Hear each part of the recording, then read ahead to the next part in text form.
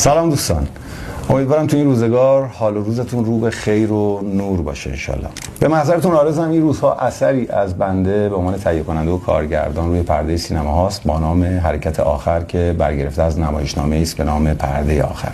دیدن این فیلم رو هرچند علاقه‌مندم که همه اقشار جامعه این فیلم رو ببینن، حالا سیامشق بنده رو، ولی دیدن این فیلم رو اساساً برای اون دست از مخاطبینی که سینما رو فقط به چشم تفریح و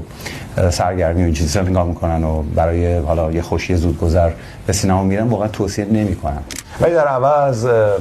مخاطبین پرحوصله، عمیق و دقیق تئاتر رو به دیدن این فیلم دعوت میکنم. همچنین جامعه محترم دانشگاهی، اصحاب قلم و اساسا هر کسی که در هر اثری که میبینه به دنبال دستمایه‌ای برای اندیشیدن هست و امیدوارم به هر حال این اثر با همه کاستیایی که داره که مربوط میشه به شرایط ساخته شدنش، هرچه هست به قول حضرت حافظ مقبول طبع مردم صاحب نظر شود.